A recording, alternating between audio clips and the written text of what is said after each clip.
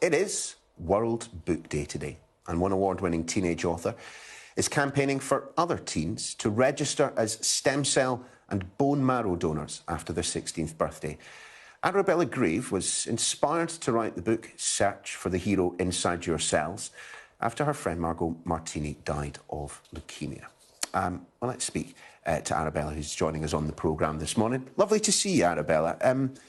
Tell us then just a little bit about Margot's story, which I suppose in some ways is the story of your book.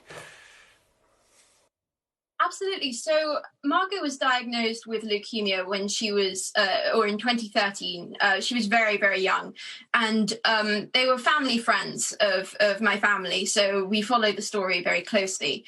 And I was about 9 at the time, and this was when I was first exposed to the idea of the stem cell register. And so this is when people who have blood cancer and the cancer is too aggressive to cure with chemotherapy alone, or there are other blood disorders as well, such as thalassemia or sickle cell disease, where if it's a very serious illness, and it's the only cure.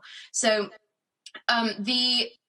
I found out about the stem cell register that way, and I found out about the need for more donors because only 2% of the UK population is on the stem cell register, and unfortunately that means that not all the people who join the stem cell register will be able to find their life-saving match, and that is absolutely devastating because it's the only cure, it's their only chance of survival. So that was what really inspired me to write the book. And obviously it was a long process from when I was 9 years old to then writing the book when I was 15.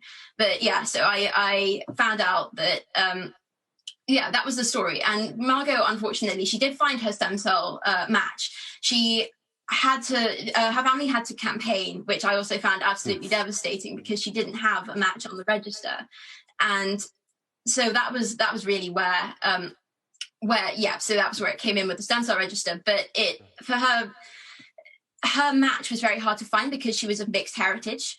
And I think that's the other thing that's really important for people to know about the stem cell register, is that because there's a disproportionately low number of people from Black, Asian and minority ethnic backgrounds on the stem cell register, and your stem cell match, because the stem cells really need to match with the cells of the person being transplanted. Arabella, sorry to interrupt, Arabella, but just what kind of level of knowledge is there amongst people at the age that you were at when you sat down to write this book about bone marrow stem cell donations? We're looking again at pictures of this beautiful wee lass that lost her life so early on, but many lives could presumably be saved if, people read your book and acted upon it. Absolutely. And so I first gave a presentation, I think, when I was about 14, so year 10 at school, and people didn't really know anything. I think we learned about it briefly at school in biology, but people didn't really know much about it. And when I spoke to a lot of people, there were misconceptions about, stem cell donation is painful, or your stem cells don't grow back, what if I need them, or it's dangerous. And that really shocked me because I think if a lot more people knew that, it causes minor discomfort at most, and most of the time it's a process that's very similar to giving blood. And, with COVID, especially right now, I think everybody's going to be a little less scared of needles. But it's, your cells replenish very quickly within about a month. It takes about half a day usually. So if more people knew that, I think more people would join.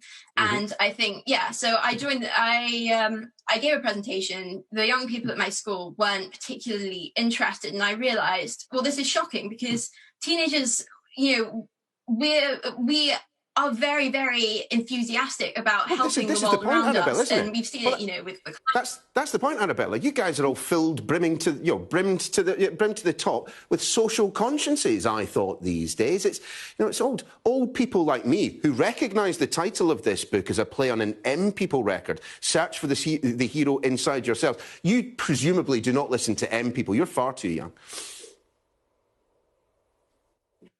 Well, I'd say my parents' interest in music would yeah.